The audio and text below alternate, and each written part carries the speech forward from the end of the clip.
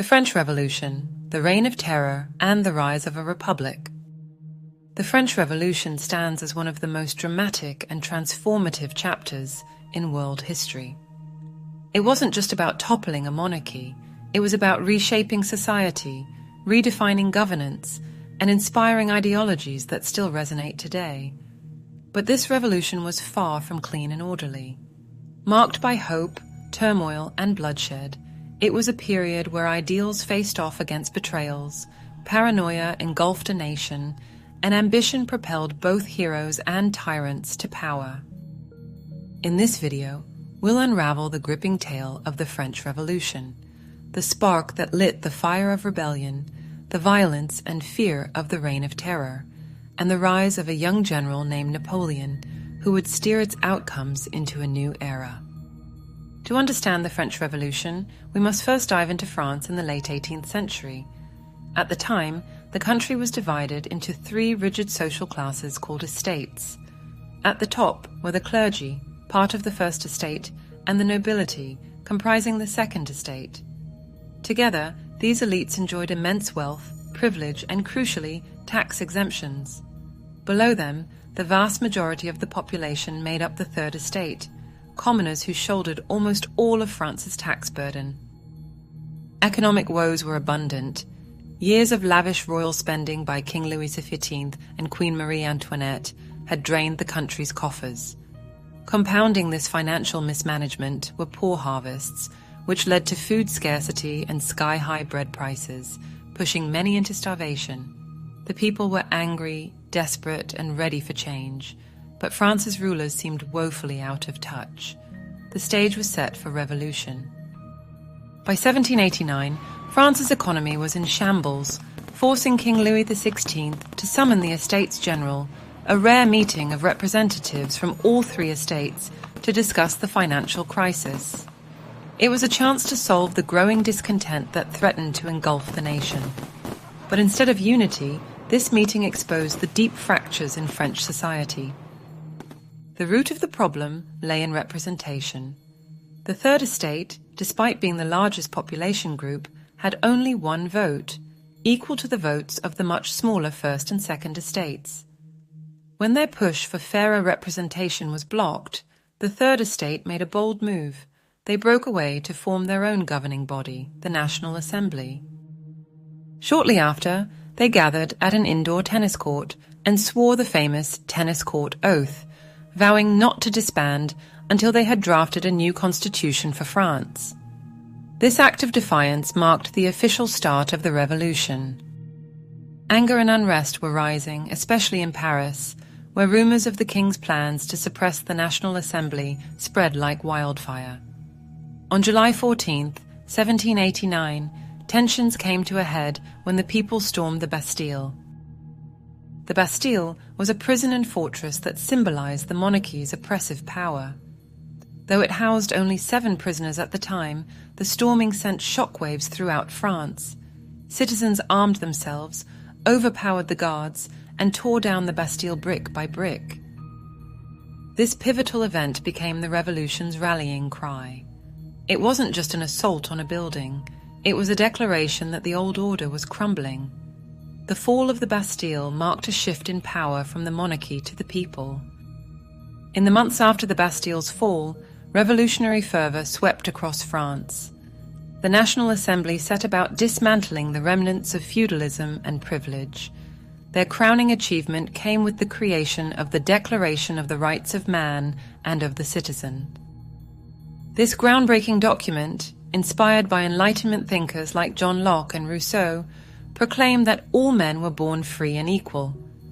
It championed liberty, equality, and fraternity, principles that remain fundamental to modern democracies. But while the revolution's ideals were soaring, instability loomed. Poverty still plagued the land, food shortages paralyzed daily life, and opposing factions began to form among those fighting for change.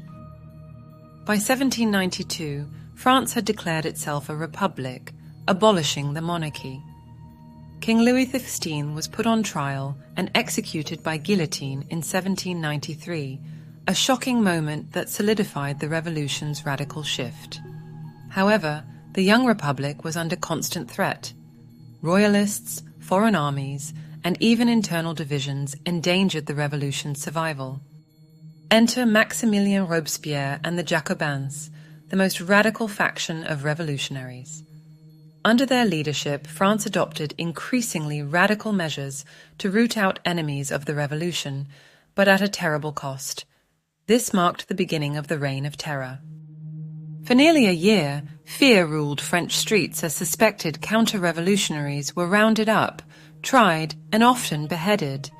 The guillotine became the revolution's grim icon, taking the lives of high-profile figures, such as Queen Marie Antoinette, as well as thousands of ordinary citizens.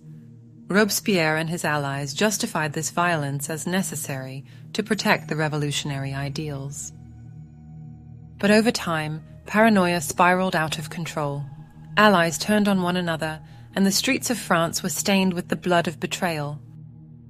By 1794, Robespierre himself had become a symbol of the terror. His increasing authoritarianism and unrelenting use of executions alienated even his closest supporters. On July 27, 1794, Robespierre was arrested and executed. His fall marked the end of the Reign of Terror. The revolution now entered a more moderate phase, but it was still far from stable. After the Terror, revolutionary leaders sought to steer France away from radical extremism. This gave birth to the Thermidorian reaction, a period of moderation and continued political reorganization. In 1795, the French Directory was established, a governing system that sought stability and balance. But the Directory was plagued by corruption, economic challenges, and ongoing threats from Royalist and Jacobin factions. France's political scene remained a cauldron of unrest, with no clear path forward.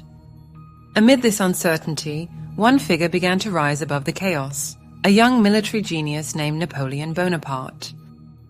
Born on the island of Corsica, Napoleon was a skilled and ambitious general who gained fame during the French Revolutionary Wars. His military successes made him a household name, and his charisma set him apart as a leader ready to restore order to a fractured nation. In 1799, Napoleon orchestrated a coup d'état, overthrowing the Directory and establishing himself as First Consul of France. This moment marked the official end of the French Revolution. While Napoleon's reign would usher in a new era for France, it carried forward key elements of the revolution, such as equality before the law and a centralized, merit-based government. The French Revolution left an indelible mark on history. Its ideals of liberty, equality, and fraternity inspired revolutionary movements around the globe. The American Civil Rights Movement, Latin American independence struggles, and even modern democracies owe much to this seismic shift in thinking. But the revolution also serves as a cautionary tale. The Reign of Terror reminds us of the dangers of extremism, where the pursuit of noble goals can be consumed by violence and distrust. It's a dual legacy, both a triumph of the human spirit and a sobering reminder of how ambition and fear can undermine even the most righteous causes. Looking back, the French Revolution remains a story of contradictions. It was both a fight for freedom and a descent into chaos. It was about tearing down an old order, but also reckoning with the question, what comes after the fall? Thank you for joining us on this journey through the French Revolution. Its lessons continue to resonate, reminding us of both the price and the power of progress. Let us know your thoughts. What do you think was the revolution's greatest achievement, and what are its most cautionary lessons? Until next time, keep exploring history.